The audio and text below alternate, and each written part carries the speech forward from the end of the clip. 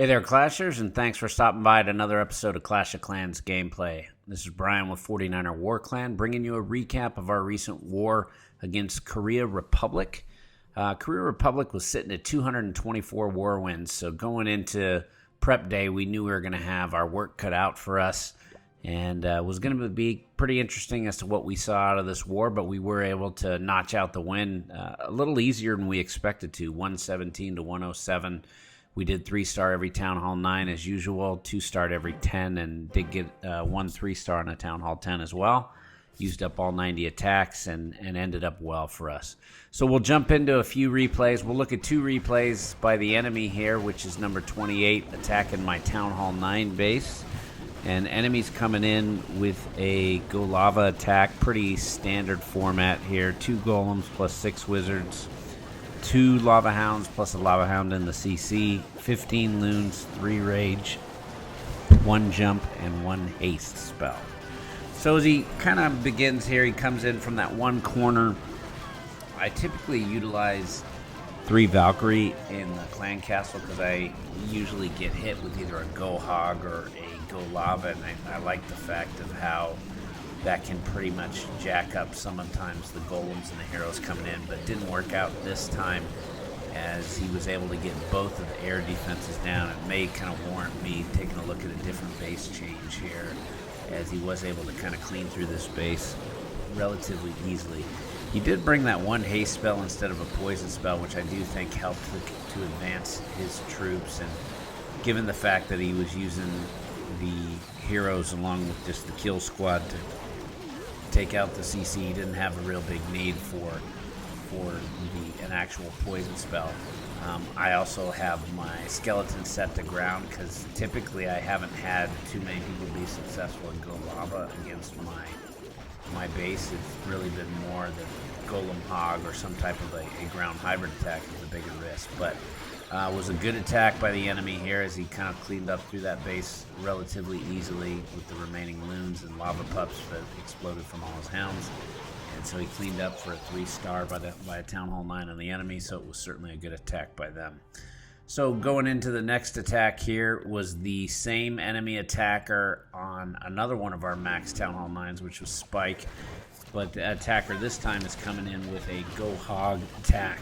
So it's 2 golems plus a golem in the CC, 8 wizards, 24 hogs, 3 wall breakers, 3 heal spells, 1 jump spell, 1 poison spell. So coming in here from the west and dropping both of his golems, then dropping in his wizards and his heroes behind. Well-placed jump spell to open up 3 compartments there. And I'm pretty sure this was a second attack. So I think he had a pretty good idea based on that first attack as to where the double bombs were going to be. And so he definitely is able to go in and funnel the golems in through there to be able to take up the double bombs, which is obviously the biggest risk to the hogs. And then also utilize the kill squad to go ahead and take out the dragon and the CC there.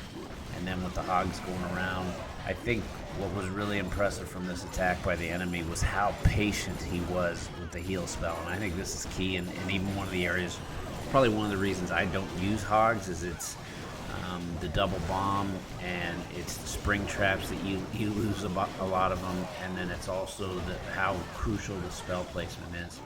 And so a lot of times that can be make or break, and if you lose on a Go Hog attack, you're typically a 1-star fail if you're not able to 3-star it, where as you've kind of seen with some of mine, I like the Walking Queen better, where if you don't get the 3-star, you definitely get the 2, and it takes off the pressure as far as needing to make sure that you just get that 3rd star, which typically isn't an issue anyways. But was another good attack here by enemy attacker number 28. So if you can speed up here and kind of finish the cleanup of this base here, but 2 good attacks by number 28 on 2 different strategies, so it was impressive to see. So we'll go ahead and jump into attacks from our side, and we'll call this war the Earthquake War, as we're going to show a couple new Town Hall 9 attacks that are implementing the Earthquake spell, which I think is really interesting. So this is J-Rock going in with a Go Lava attack, and it initially drops in the earthquake spell, which dropping 4 earthquake spells right there, just opened up from the exterior to the interior of the base in that one spell swoop. So that was, I think, really good planning by J-Rock on that. So he has 1 golem plus a golem in the CC, 6 wizards, 3 hounds, 15 loons. In addition to the 4 quake spells, he's got 2 rage spells, 1 heal spell, 1 poison spell. So J-Rock's actually a Town Hall 9.5, so a little bit easier for him on this, but still nonetheless, I think he could have done this with actually just only having 1 heal spell, and I think he probably still would have got it done at that point. So it was, or he could have just taken 1 rage rather instead, and maybe done 1 as far as a rage and a heal, or just gone with 2 rage and no heals. Yeah, I think he had a couple options here, to be honest with you, as to how he wanted to go about it. So as he kind of funnels in, he's able to have the hounds soak up the damage, so be able to take out a bunch of the structures while his hounds continue to go around. And good timing here for that his hound actually goes ahead and I believe gets popped here by the air mines, and does right there. So that's helpful, because then as you've got the wizard tower on the right kind of soaking up damage on the golem, so then it keeps your pups from getting knocked down, and then at the same point your loons are still cleaning up. So but I loved how the earthquake is, and this is probably going to be something I start trying myself, is I think the earthquake does offer some viability to a variety of attacks, as far as whether you want to do Go Lava or even Mass Witch or Hog, as you'll see here on the next one. So jumping into that, we'll take a look at an attack here by KYR, which is a Go Hog attack, again utilizing earthquake spells. 4 earthquake spells, 2 heal spells, and a rage spell. And he drops very similar from the standpoint as he's able to open up from the exterior all the way to the interior core of the base utilizing the earthquake spells. So it doesn't need any of the jump spells, doesn't need any wall breakers or any of that. And so he's able to go ahead and have 2 golems plus a golem in the CC, 10 wizards, 3 giants, 21 hogs, and carrying the 2 heal spells and the 1 poison spell in addition to the quake spells. So he's got the hound to deal with in the enemy CC, which is, as we know, is always kind of annoying at times, but doesn't do a huge issue here, because he had a good number of wizards, and certainly with his queen he's able to get that down and slow it up with poison spell. So even before he's got to the point of the hogs, he's already got through the base, and he starts to sprinkle the hogs in now, but even before that he would have got the Town Hall down and probably been around 30%, not even considering the dropping of the hogs. Key point, I think, from KYR in this attack is the sprinkling of the hogs, which this is certainly the trend as of now, as opposed to just taking 2 entry points and dropping in your hogs.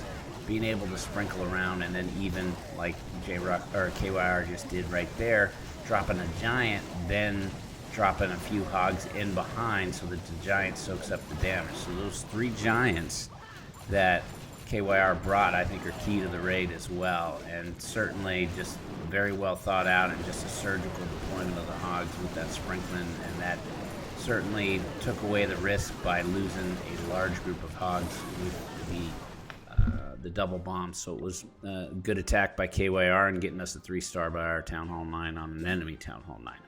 So last attack we'll go ahead and look is from Ice, which is our lone Town Hall 10 3-star from this last war. So he's coming in with a mass golem strategy, 4 plus 1 golem in the CC, 23 wizards, 1 P.E.K.K.A., 3 jump spells, 1 rage spell, 1 freeze spell, 1 poison spell. So the multiple entry points on the outside there, dropping 3 golems on one side, 2 golems on the other, then funneling the wizards in behind, P.E.K.K.A., King, Queen.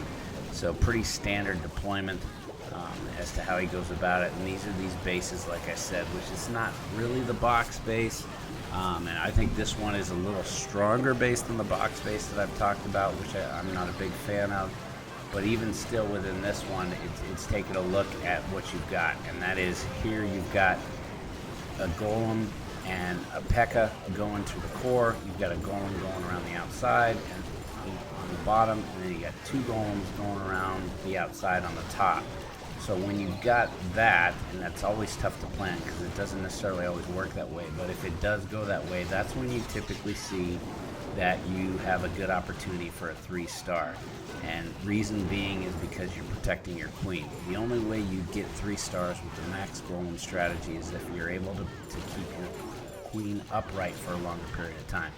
So in this case, he certainly was able to do that. Also, the hound took a while to take down, but it wasn't really affecting anything as the hound was punching away at the golem. And so then as things kind of speed around here, he just ends up walking through the rest of the base, and it was a great attack by Ice and getting the Town Hall 10 3-star, which are always a big bonus to us in the wars. So that kind of wraps it up. So it was really nice to beat such a high war win enemy clan, and so things continue to be rocking for us. And so that's going to wrap it up for this episode. Certainly make sure to like, comment, subscribe, and until next time, clash on.